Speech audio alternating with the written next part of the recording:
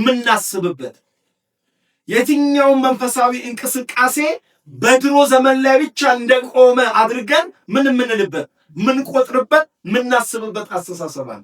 በነገራችን ላይ እንደዚህ አይነቱ አስተሳሰብ ጠላት ምን የሚልበት ነው የሚጠቀምበትና የሚሰራበት። እግዚአብሔር ወደ ኢያሱ ሲመጣ ኢያሱ የከበደው ነገር አለ።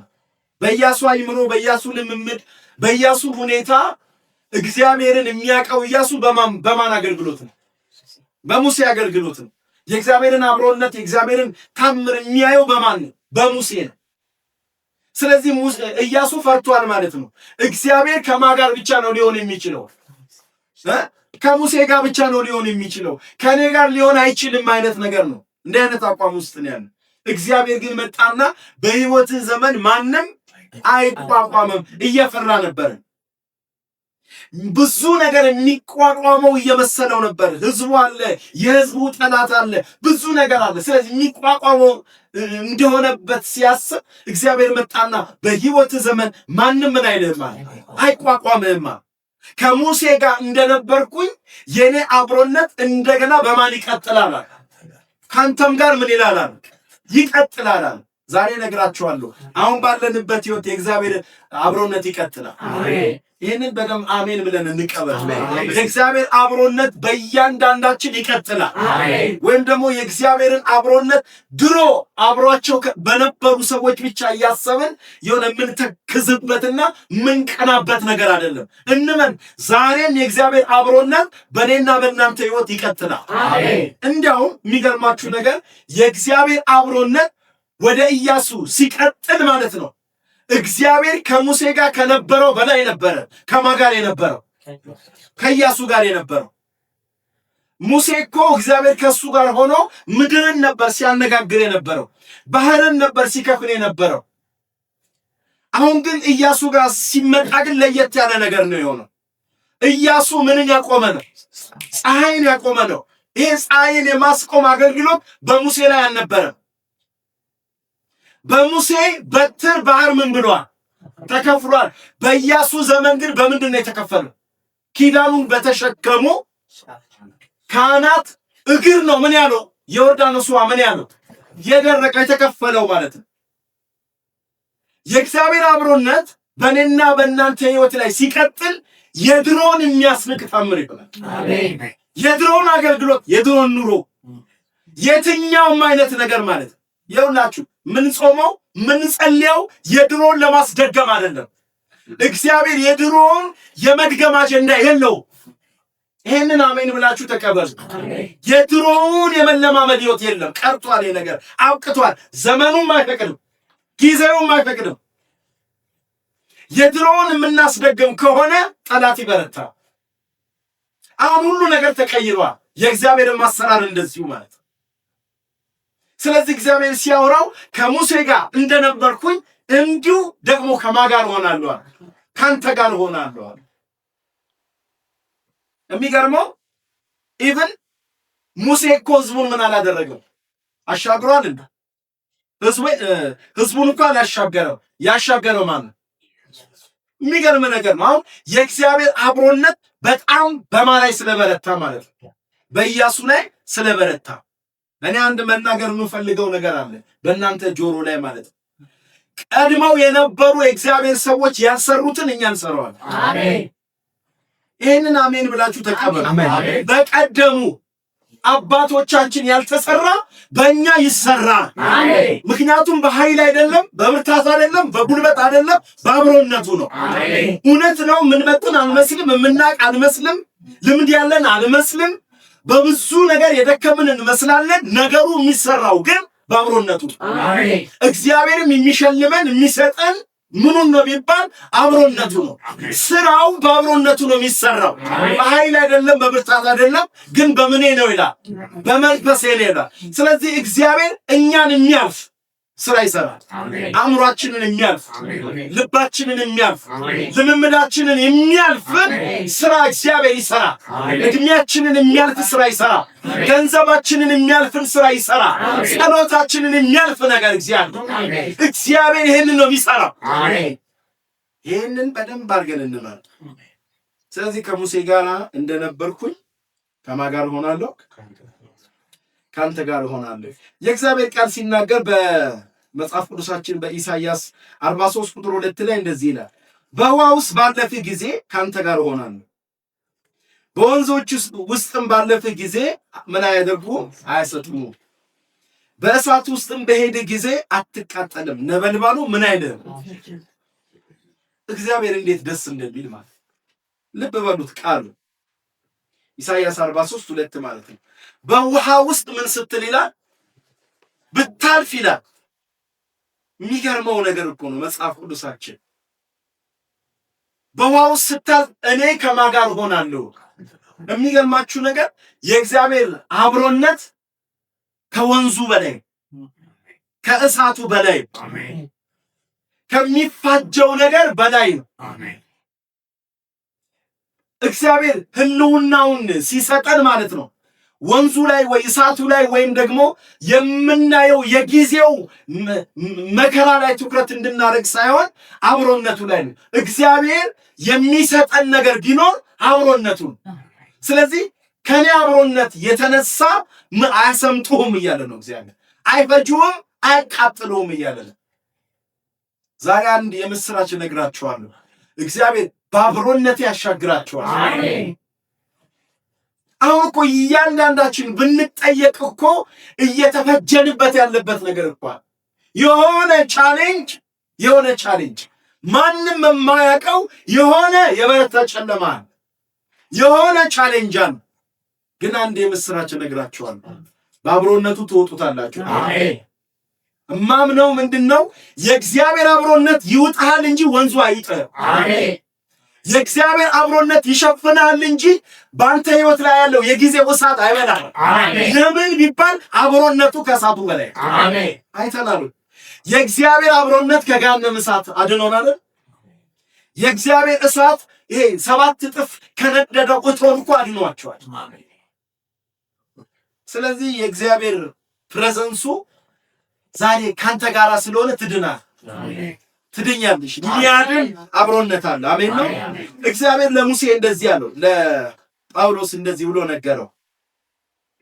ሐዋርያት ሥራ መጽሐፍ ምዕራፍ 18 ከ9 እስከ 10 ሐዋርያት 18 ከ9 እስከ 10 እንዲህ ይላል፣ ጌታም በሌሊት በራእይ ጳውሎስን እኔ ካንተ ጋር ነኝ፣ ማንም ክፉ ሊያደርግብህ የሚነሳ የለምና አትፍራ፣ ነገር ግን ተናገር፣ ዝም አትበል፣ በዚህ ከተማ ብዙ ሕዝብ አለኝና አለው።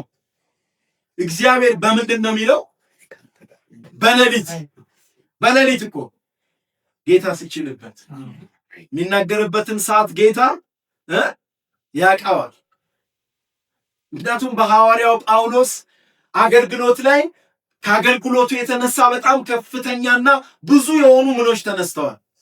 ስደቶች ተነስቷል። በህይወቱ ላይ ያነጣጠረ በአገልግሎቱ ላይ በራእዩ ላይ በሩጫው ላይ ያነጣጠሩ ብዙ ፈተናዎች ነበሩበት እና ሲያገለግል ፍርሃት አለበት፣ ጭንቀት አለበት፣ ያለመኖር ዋስትና ነበረበት። ስለዚህ እግዚአብሔር በሌሊት ተገለጠለትና ተናገረው። እንደዚህ ብዬ ልባርካችሁ፣ እግዚአብሔር በሐዋርያው ጳውሎስ ዘመን በሌሊት ተገልጦ እንደተናገረው እግዚአብሔር በሌሊታችሁ ላይ ተገልጦ በድምጽ ይባርካችሁ። አሜን። በጌታ በኢየሱስ አሜን። እናንተና መኝታችሁ ላይ ብቻ ባላችሁበት እግዚአብሔር ተናግሮ ልባችሁን ይደግፈው። አሜን። እግዚአብሔር ተናግሮ ያሳርፋችሁ። አሜን። ፈንቷል ሰውዬ፣ ግን እግዚአብሔር መጣና በሌሊት ጆሮውን አገኘው፣ በሌሊት እግዚአብሔር አይኑን አገኘውና መጣና እግዚአብሔር ተናገረው ማለት ነው። ምንድነው የተናገረው ብለን ስንል በጣም የሚገርም ንግግር ነው እግዚአብሔር የተናገረው። ስለዚህ እግዚአብሔር ሲናገረው እኔ ካንተ ጋር ነኝ፣ ስለዚህ ክፉ ሊያደርግብህ የሚነሳ የለም። ምን አትበል፣ አትፍራ።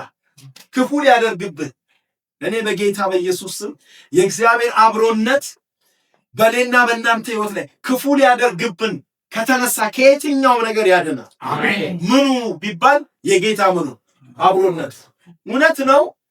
አሁን ከዚህ ስንወጣ እንኳን ወይም ደግሞ ሲነጋ በየትኛውም የህይወት እንቅስቃሴዎቻችን ላይ በእኛ ላይ ክፉ ሊያደርግ የተዘጋጀ እኮ አለ።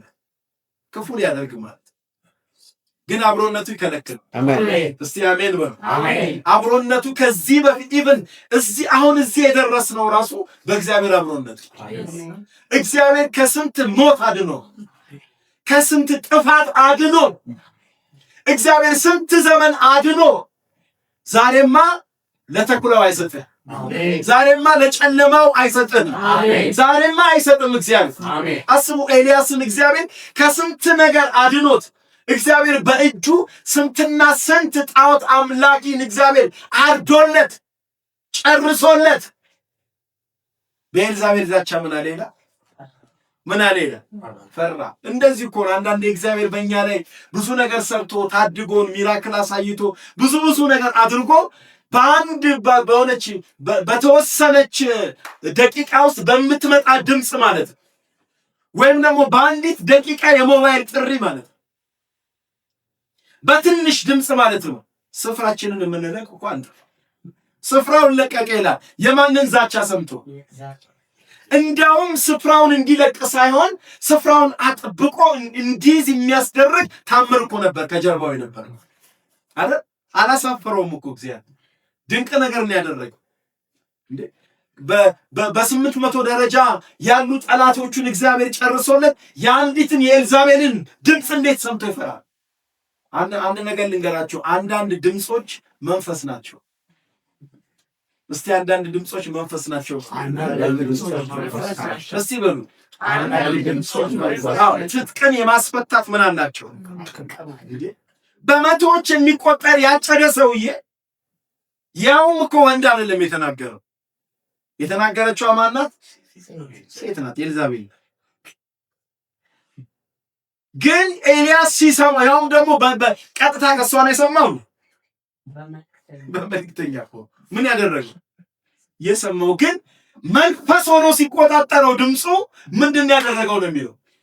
ኧረ ጉዴ ብሎ ምን አለ? አንደኛ ስፍራውን ለቀቀ፣ ሁለተኛ የማይገባ ጸሎት ሁሉ ነው የጸለየው። አረን አንብባችሁት ከሆነ እኔ ከአባቶቼ ምን አለ ምን በለኝ እንዴ እግዚአብሔር በሰረገላ መነጠቅን ያልየለት ሰውዬ እሷ አፈራፈር እያየጸለየ የውላችሁ አንድ ጊዜ የጠላትን ድምፅ ከሰማን ስፍራ እንለቃለን። ስንጸልይም ጤነኛ ጸሎት አንጸልይ። እግዚአብሔር ይፈውስ።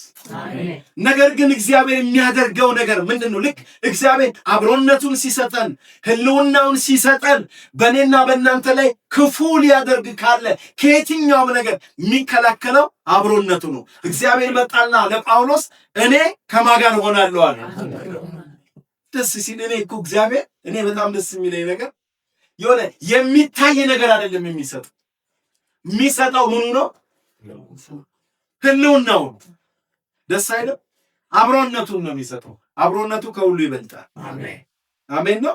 ስለዚህ ይሄ ብቻ ሳይሆን መጽሐፍ ቅዱሳችን ሲናገር እንዲህ ነው የሚለው፣ እኔ ካንተ ጋር ነኝ፣ ማንም ክፉ ሊያደርግብህ አይችልም። እኔ ካንተ ጋር ስለምሆን ማለት ነው ማንም ክፉ ሊያደርግብህ አይችልም። አትፍራ።